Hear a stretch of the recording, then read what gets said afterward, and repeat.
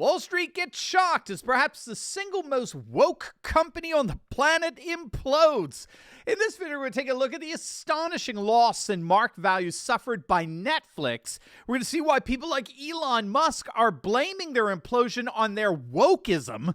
And stick with me to the very end of this video, and I'll reveal precisely why the backlash against wokeism has indeed finally crushed Netflix. You're not going to want to miss this. Greetings, everyone. Dr. Stevie with you. Great to be with you. As always, I'm your daily fake news antidote, so come on into your Patriot Professor's den. We're helping to think better so you can feel better in these crazy and turbulent times. So if you haven't already done so, you know what to do. Make sure to smack that bell and subscribe button. Before we jump into things here, as Netflix implodes, along with a number of other woke companies, it's more important than ever for us to be tapping into parallel structures and businesses that support our values rather than spin on them. And no one helps you to do precisely that better than Patriot Switch.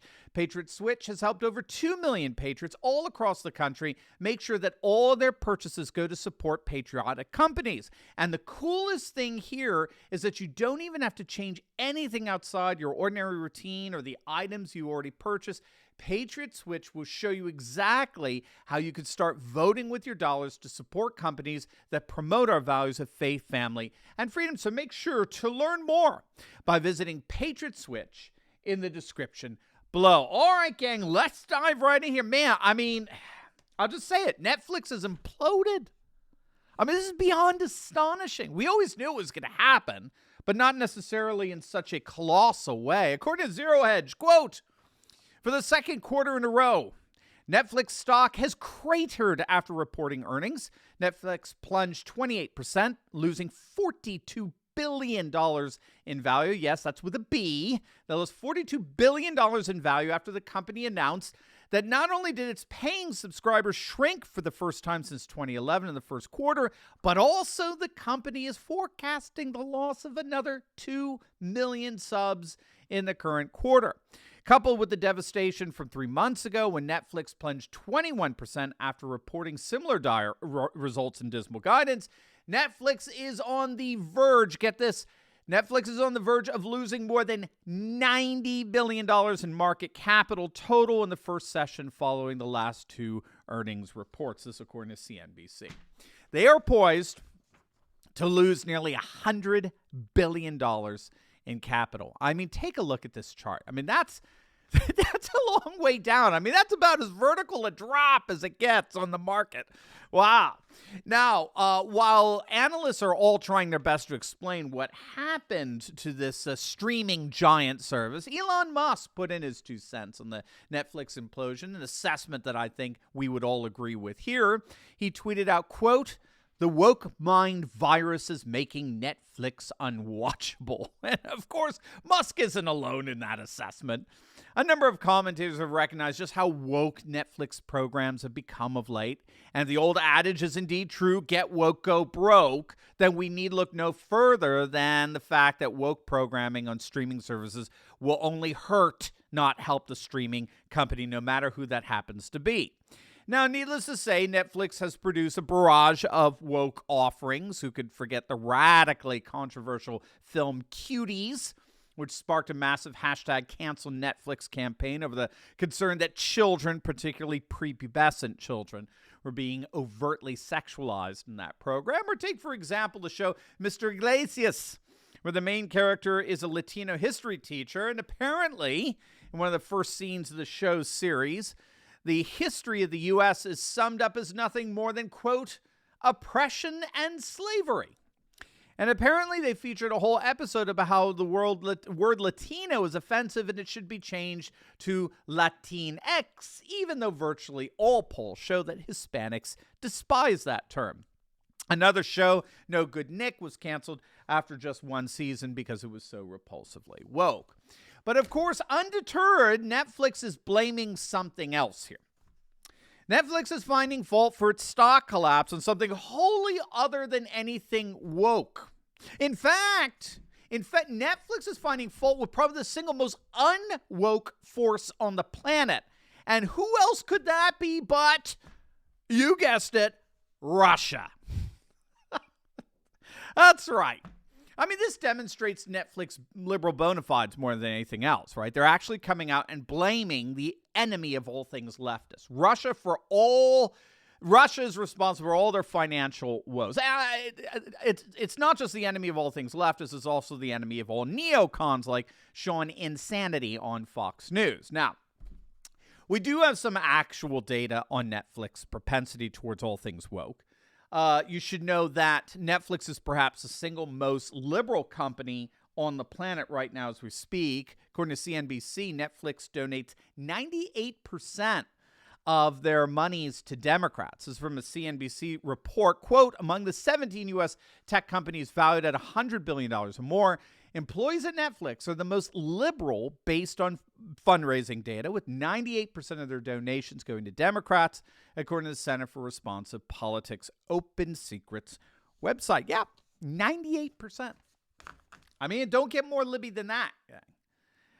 You might remember not too long ago, I think it was back in 2019, Netflix actually threatened the state of Georgia that after Georgia passed a heartbeat bill, abortion ban. Netflix threatened to boycott Georgia. And of course, the question is why? What does Netflix have to do with abortion?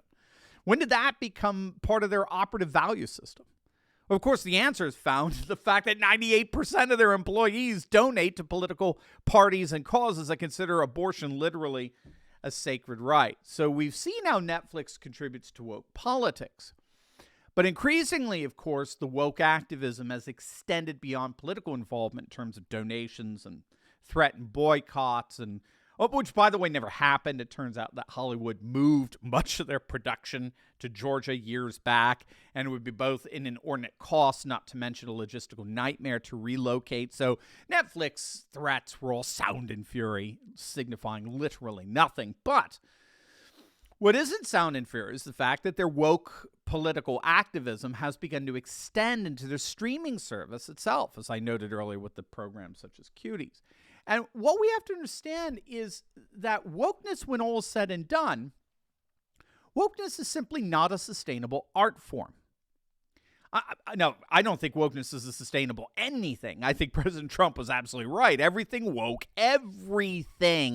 woke turns to shit. Yeah, I think he's absolutely right on that. Anything that turns into a vehicle to communicate radical and poisonous identity politics from which no one is allowed to exercise any legitimate dissent. That's the hallmark of wokeness, if you don't know. Whatever's considered woke is stamped with an inviolable sacredness from which no one is allowed to dissent. And all dissent from that inviolable, unquestionable sacredness is considered evil and therefore must be stamped out. It must be canceled. Silence is compliance and all that. Anything that becomes a vehicle for such venomous cultural Marxist vitriol will inevitably decay and decompose from the acidity of that vitriol. There's really no way around that. But this is particularly true of arts and entertainment. Wokeness is simply not a sustainable art form, and therefore it's no surprise that Netflix is imploding. What we have to realize is that what makes art is the encounter of the transcendent. And the transcendent is just a fancy schmancy way of talking about those values that extend beyond any particular thing. So, for example, when I give my wife a rose for Valentine's Day, what does that rose symbolize? Well, of course, it symbolizes my love for her. Now, you'll notice that my love for my wife is not exhausted in the rose. If the rose were suddenly to disappear or get crushed, my love for her would not be comparably lost. And that's because my love transcends the rose. The rose is a symbolic communicator of a love that extends far beyond the rose. And this is why an amazing song or an inspiring poem or stunning architecture or a popular play, this is why they work. They work in the sense that they communicate in some kind of culturally specific way. They communicate timeless values of truth, goodness, and beauty that are eternal. And therefore, they are never exhausted in any particular artistic or cultural instantiation. This is why art and music give our lives meaning and purpose. Through the arts, we encounter values that define our humanity precisely because they transcend any particular instance of their communication, like the rose I give to my wife. And this is why artworks tend to last so long. Their longevity is largely due to the fact that they communicate values that are eternal. And those eternal values give inordinate life to the artwork. However, and here's the problem for Netflix, wokeism isn't transcendent.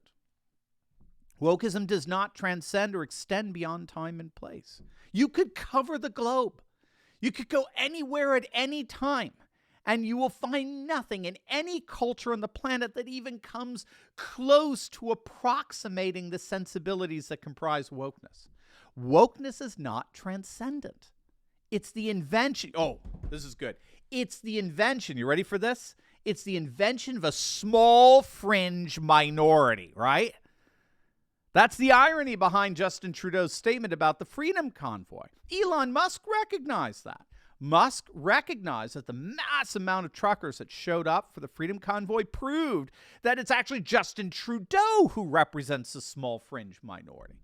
Wokeism is not a sustainable art form precisely because wokeism is not itself sustainable. Wokeism is the brittle, abhorrent belief system of that tiny fringe minority that happen to exercise all the levers of cultural power. But in the end, it's all for naught. As this Netflix implosion proves, their day of reckoning is indeed coming. The woke world is imploding. And with it, a sad chapter in some of the most abysmal art imaginable is coming to an end as well. Now, before you go, you will definitely want to check out my latest video I just uploaded on how masks are officially dead. That's right, the bumbling Biden administration has been humiliated once again. You're going to absolutely love it. So make sure to click on that link, and I will see you over there. God bless.